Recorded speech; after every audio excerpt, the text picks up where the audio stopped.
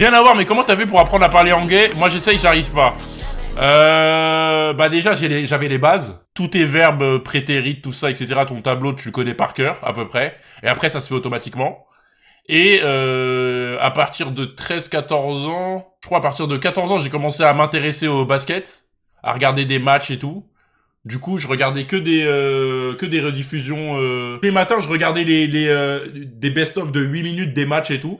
Et au fur et à mesure, tu t'imprègnes de la voix. Ensuite, j'ai commencé à regarder des analyses de basket. Donc forcément, fallait que je comprenne l'anglais pour comprendre les analyses du basket. OMG 2 ans WTF. Et ensuite, bah, je regardais toutes mes séries en VO sous-titré français. Au tout début, tu t'arrives à comprendre, mais t'arrives pas à caler les mots que tu veux dire en anglais, tu vois. Au fur et à mesure, vu que l'anglais c'est une langue où tu peux faire plein de gymnastiques, genre tu peux faire comprendre la personne ce que tu veux dire, tout en mettant des mots côte à côte. C'est plus simple, je trouve, l'anglais. C'est pas une langue compliquée à apprendre.